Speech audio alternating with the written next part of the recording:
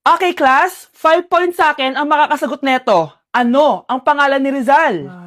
Ma'am. Yes, Scarlett? Rizal Park. Anong Rizal Park? Jose Rizal yon. Diyos ko, mga bata ngayon. Siya ang pambansang... Ma'am, siya ang pambansang opa. Siya ang pambansang bayani natin. Anong pinagsasabi nyo? Oh, kompletuhin nyo to. Ang kabataan, ang pag-asa ng busan. Mali! Bayan! Pinagluloko nyo ako, ha? O eto, ano ang sinulat na libro ni Jose Rizal? Ma'am, El Filibusterismo. Imnida. Tama na sana eh. Naloloko na kayo sa K-pop at K-drama na yan, ha? Last na talaga. Ayusin nyo na. Okay, class. Last question. Sino ang kapatid ni Rizal? Kapatid ni Rizal? Ma'am. Eto, sure na ako sa sagot ko. Yes, Scarlett. Ang kapatid ni Rizal Park ay si... si Sandara Park. Hi guys, samahan niyo ako maglaba. Pero, mag-isa lang ako. Samahan mo ako, Bunch. Natatakot ako. Ayaw ako samahan ni Annie, Bunch. Guys, tignan naman no. Sobrang tahimik dito. Ito na yung mga lalabhan, guys. And syempre naglalaba tayo dito. Di naman tayo mayaman para araw-araw magpalit at bumili. Guys, nasa 8th floor na ako. Grabe, nakakatakot, oh. Parang may umubo. Guys, hindi na joke to, promise. Sobrang tahimik dito. Tapos, hindi ko alam kung may mga tao dito. Kaya ko to. Hindi totoo ang mga multo. Pasok na tayo, sobrang dilim. Oh my gosh, guys. Hello. Ayan, kinilabutan ako. Pero ito yung laundry, guys. Dito kami maglalaba. Akala ko... Narinig yun? Hindi ko alam, baka tinatakot ko lang sarili ko. Okay, pero maglalaba tayo. Actually guys, hindi naman ako matatakot kung may multo dito kasi hindi ko rin naman sila maintindihan. Japanese yung mga multo dito, guys. Nissan, Honda, Mitsubishi. Baka biglang may maghanap ng hustisya dito sa hallway. Ang katakot. Bantayan nyo ako, guys, ha. Pag may gumalaw, sabihan nyo lang ako. Comment kayo.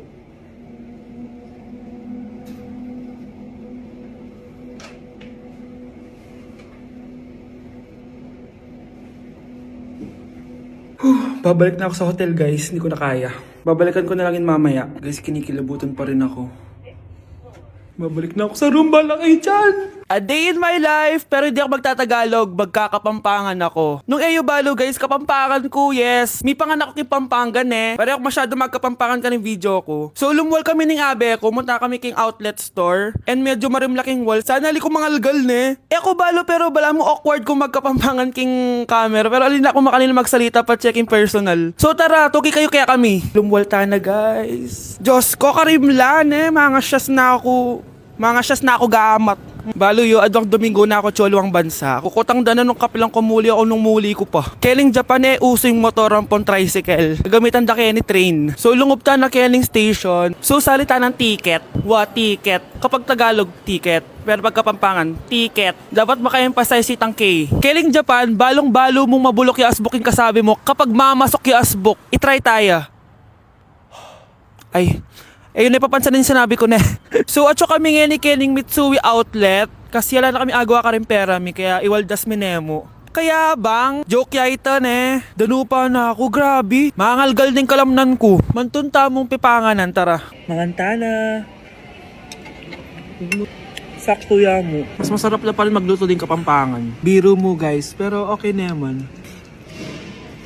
Ladies and gentlemen, mga ikasiko kabukanan, let us all count down Sana maganda. and lift our eyes. 3, 2, and 1.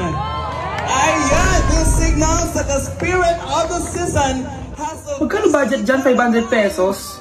Update sa nawala kong passport. 9 o'clock na ng umaga at literal na wala akong tulog sa kaka-overthink ko. So pupuntahan ko na yung store kung saan ko naiwan yung passport ko. Lord, sana nandun pa. Nag-search ako tapos 10 AM daw sila nagbubukas. So pupunta na tayo doon bago sila magbukas. So naglalakad lang ako papunta sa subway. Nandito na ako sa subway, guys, and kinakabahan na ako. Hindi ko talaga alam gagawin ko pag wala talaga dun. No, hindi pwede. Makakapag-Japan kami. Kasi sayang yung mga binayad ko, be.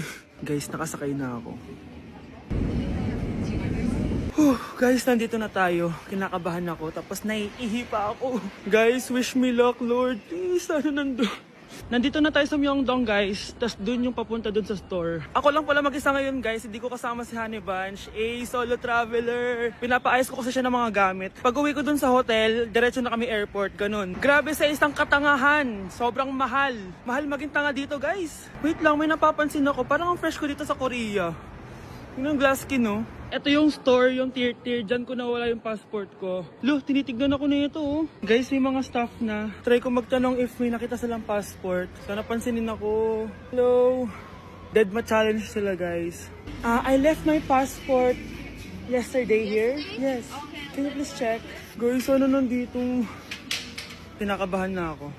Lord, please. Magkakabait na ako, please. Hala, guys. Hala, ano tong hawak ko? Passport ko yata to.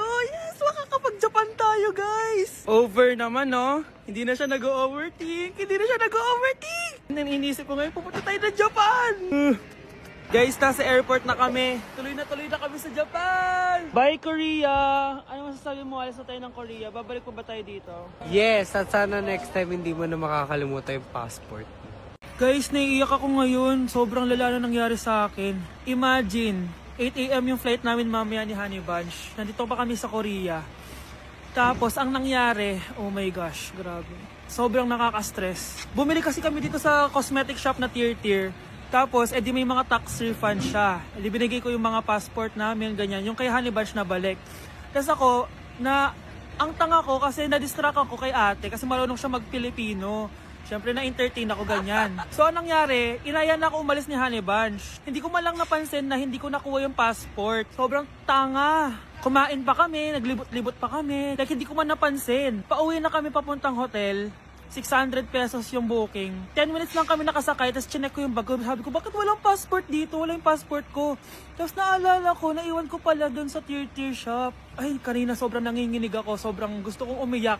Problema pa is hindi pa siya 100% sure kung sa tier na naiwan yun. Hindi doon talaga, sure ako na sa tier ko talaga siya naiwan. So kailangan ko ulit mag-rebook ng flight namin papuntang Tokyo. Ang mahal. Grabe, kasi bukas na agad. Ang worst case scenario pa dito, baka na-misplace nila or nabigay nila sa ibang customer. Shit. Pumunta kami sa police station dito, tinawagan nila yung mga staff kaso hindi na daw kaya. May tumutulong sa amin kanina kaso hindi na talaga siya pwedeng buksan. Ngayon pa talaga ako sinusubukan ng panahon kung kailan last day na namin. Like ngayon pa talaga siya nangyari. Kasi pag hindi ko nakuha yung passport, wala. Uuwi na talaga kami ng Pinas. Kailangan ko kumuha ng emergency passport. Kasi imagine, bayad ko na lahat ng hotel namin sa Japan. Kung di kami matutuloy dun, parang nagsayang lang ako ng pera. Guys, update ko kayo mamaya kung makukuha ko yung passport ko or kung matutuloy pa yung Japan trip namin. Sige, 50 pa. Malapit na. Oh, sige na. Last step na to. Ay, grabe. Ano ba? At least bumaba yung timbang niya, di ba? Napunta nga lang sa first floor. Kuya, sundan mo yan. Sige po, ma'am. Sinasabi ko na nga ba eh. May tinatago ka sa akin. Ayan, kuya! Huminto ka dito! Maglolo ko ka na nga lang sa matanda pa. Hoy, bayad mo! Humanda ka talaga sa akin.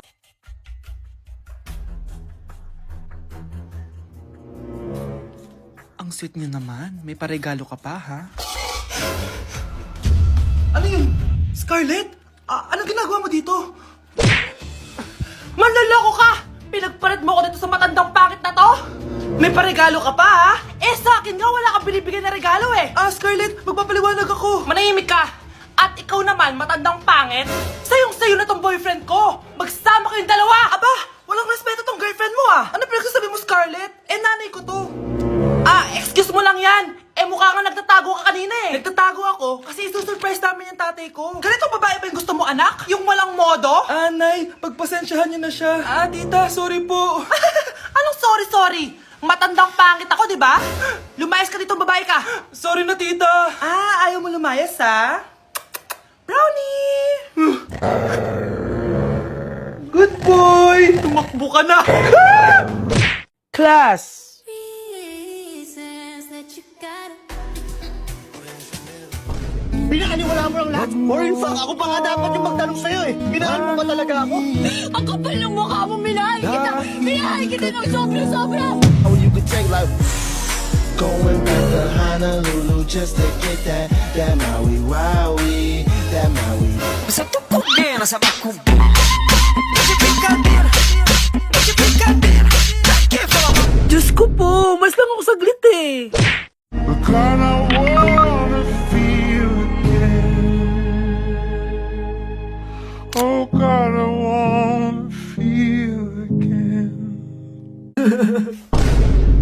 Be, ano yun?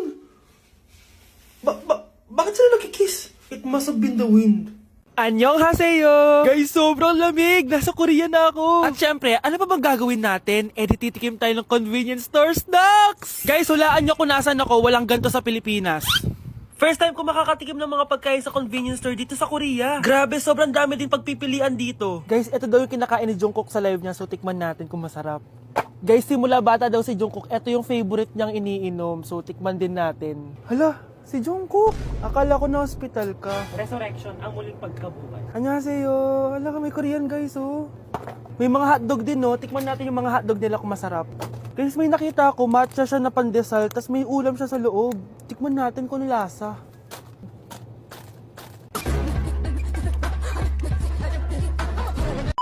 Charan! Tikman na natin sila, guys. Unahin na natin to favorite snack ni Jungkook. Kancha daw yung pangalan nito, guys. Tikman na natin. Sarap! Honey Bunch! And syempre, di natin pwedeng tikman nang wala si Jungkook. Jungkook imnida. Gets ko na kung bakit favorite ni Jungkook. Ang sarap na, guys! May kinuha si Honey Bunch kanina, pero parang ang sarap, oh. So, tikman din natin. Ito yung tsura niya. Parang sarap. Manghang. Masarap siya. 7.5 out of 10. May mas masarap pa sa iba. So, inom muna tayo. Tikman natin to favorite drink ni Jungkook. Lasang banana. Pero hindi siya masyadong matamis, which is I like. 8.5 out of 10 to sa akin. So, next naman natin tong hotdog.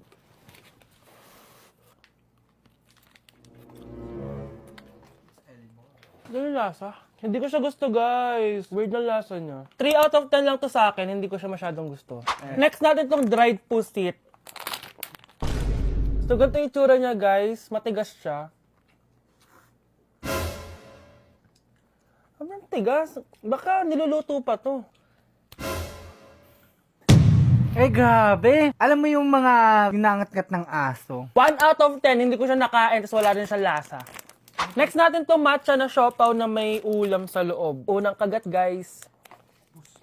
Akala ko sobrang dami laman, di siya katulad ng picture, oh. Pero masarap siya. Alam ko yung kalasa niya, yung bola-bola, ganun. I'll give it 8 out of 10, kasi masarap naman siya. Second to the last natin, itong curry crispy roll. Curry? May curry nga talaga siya. Ganito yung tsura niya, guys. Uy, ang sarap! Magugustuhan mo siya. Oo nga. Guys, masarap siya. 9.5 out of 10 ka sa akin. Okay, guys, last natin. Magkukurya ba tayo na hindi nakakatikim ng buldak? Guys, natatakot ako kasi maanghang talaga to. Hindi siya maanghang, guys.